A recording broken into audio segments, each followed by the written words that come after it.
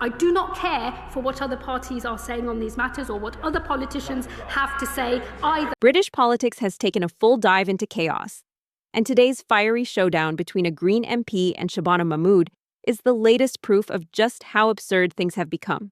They talk great language in here and then oppose asylum accommodation in there. As Westminster explodes over asylum reforms, one side brushes off the crisis as a far-right fantasy, while the other insists Britain is buckling under a system so dysfunctional it's verging on insanity.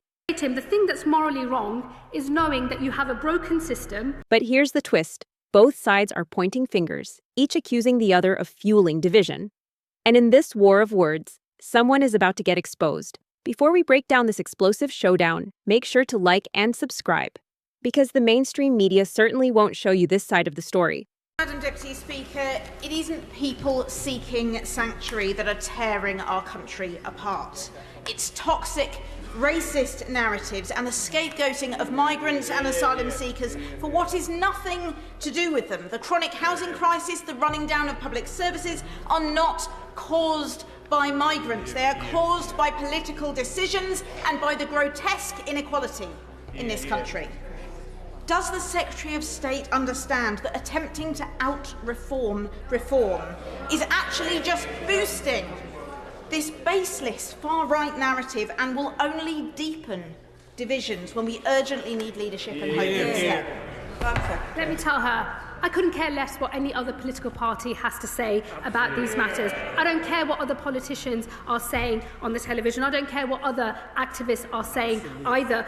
I care about the fact that I have an important job to do, and I can see that there is a problem here that needs to be fixed. If it was possible to pretend there wasn't a problem because there wasn't one, I wouldn't be saying there is one. There is a genuine problem in this asylum system, and we need someone to sort it out, not to pretend it doesn't exist, which I'm afraid is one of the things that fuels the division in the first place. My own constituents, since I have been Home Secretary, have been telling me directly of abuses in the visa system that they can see with the evidence of their own eyes long before any officials in Whitehall have ever clocked onto those things. It is a moral responsibility when you see something broken to fix it and to make sure that the fact that it's broken is not fueling division in our country. And let me also say to her, it is Green Party politicians who are absolute hypocrites because they talk great language in here and then oppose asylum accommodation in their own constituencies.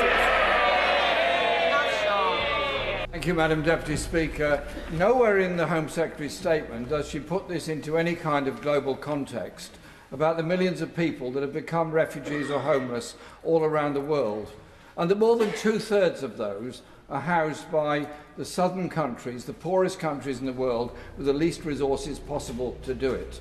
And what she's doing instead is putting in draconian measures against refugees trying to come to this country, failing to recognise that more than 6,000, for example, of those that crossed the Channel this year come from Afghanistan, a war-torn country that we helped to make into a war-torn country. And she instead is trying to appease the most ghastly right-wing racist forces all across Europe in undermining and walking away from the European Convention on Human Rights, a convention created by the post-war Labour government. Does she not recognise history is going to be a harsh judge on this government for undermining the whole global humanitarian principles behind the ECHR and the Universal Declaration of Human Rights? Home Secretary. Well, not for the first time, I'm a little mystified as to what the honourable gentleman is talking about. He starts with the global context. I guess my start point is different to his because I start with our domestic context first. He ought to know that in this country there have already been bespoke schemes for the resettlement of people from Afghanistan. So perhaps he could, read up on those schemes.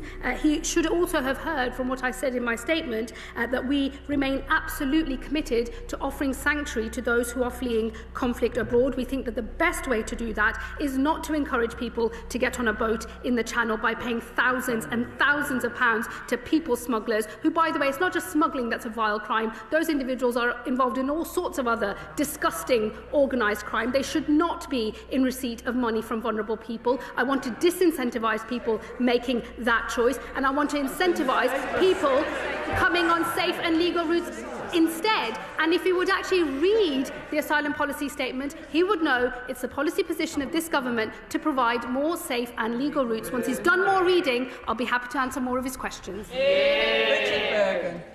Thank you, Madam Deputy Speaker. I do remember when the Prime Minister pledged an immigration system based upon compassion and dignity. Yet now, and it needs to be said, we've got an immigration minister tweeting deport, deport, deport. And now this policy announcement, which I'm afraid scrapes the bottom of the barrel. If we're being frank, isn't this just a desperate attempt to triangulate with reform? And like some of the other terrible policy errors that have been made in recent months, isn't it not only morally wrong, but another policy which is set to push away Labour voters? Why not recognise that now than in a few months and make a U-turn? Secretary. I would really caution my honourable friend not to defend a broken status quo. He should also know that it is foreign national offenders that are deported from this country, and I would hope he could agree that foreign national offenders should be deported from this country. We should not be keeping convicted criminals in our nation a day longer than is absolutely necessary. And I just say to him, the thing that's morally wrong is knowing that you have a broken system and then pretending either that it's not broken or defending a broken status quo. I will never tolerate that. And I have to say to him, as I've said to other members opposite today as well, I do not care for what other parties are saying on these matters or what other politicians have to say either. I have thought first and foremost of my moral responsibility to the people of this country as I fulfil my duty as Home Secretary. I have a series of reforms here that are underpinned by the values of the Labour Party and the values of the British people. They are fairness and they are contribution. I hope he will reflect on that as he reads up on the detail of these reforms. British politics has officially entered the theatre of the absurd. And if you needed proof, today's explosive clash between a Green MP and Shabana Mahmood delivered it in full force. What unfolded wasn't just a debate. It was a complete political meltdown that showed exactly how divided, confused, and chaotic Westminster has become. From the moment the discussion began, the tension was thick enough to slice with a butter knife. Both sides arrived ready for a fight. And instead of any meaningful conversation, the whole thing turned into a verbal battleground. On one side, you had the Green MP insisting that the asylum crisis is nothing more than a far-right invention, a storyline manufactured by fear-mongering politicians and tabloid media outlets. In their view, the system isn't broken at all. It's simply being weaponized by people who want to stir public outrage. But then came Shabana Mahmood, who fired back with the complete opposite reality. According to her, Britain is collapsing under the weight of a dysfunctional asylum system, one so badly mismanaged, so overwhelmed, and so chaotic that it borders on madness. And honestly, you could hear the frustration in every word she said. But here's the twist. And this is where things get interesting. Instead of debating actual solutions, both sides spent more time pointing fingers, accusing each other of fueling division. The Green MP argued that politicians like Mahmood are spreading panic. Mahmood shot back that the Greens are living in denial and refusing to acknowledge basic facts. And somewhere in the middle of that screaming match lies the truth, a truth that neither side wants to admit, because doing so would expose how deeply dysfunctional the entire political system has become. Now, before we dig into the full breakdown of this confrontation, do me a favor. Hit like, subscribe, and turn on notifications. Because trust me, the mainstream media isn't going to show you this side of the story. They'll cut the clip, twist the context, and soften the impact so it fits neatly into whatever narrative they're pushing today. What actually happened in that debate was raw, unfiltered politics, the kind that almost never makes it onto your screen. And let's be honest, debates like this should be everywhere. These moments show you the real cracks in our political system, not the polished sound bites they replay on TV. But the truth is, these debates are too messy, too real, and far too politically explosive for mainstream broadcasters, who prefer everything watered down and sterilized. Meanwhile, ordinary people are left completely confused about what's actually happening in this country. Are we dealing with an asylum crisis or a media-driven illusion? Is the system broken, or is the government simply incompetent? Is the public being misled? Or are politicians genuinely clueless? These are questions the public deserves answers to.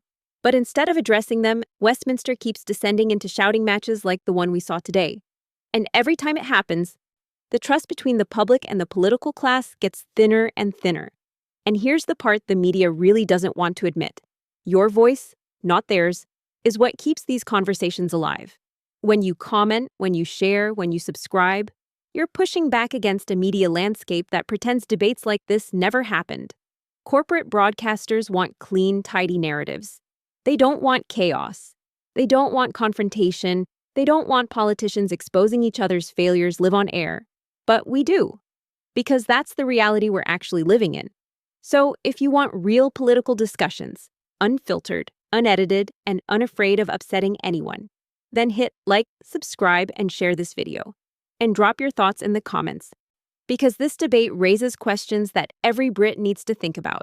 The clash between the Green MP and Shabana Mahmood wasn't just a political argument, it was a warning sign. A sign that the people running this country are more interested in blaming each other than fixing the disasters happening right in front of them. And until that changes, the chaos will continue.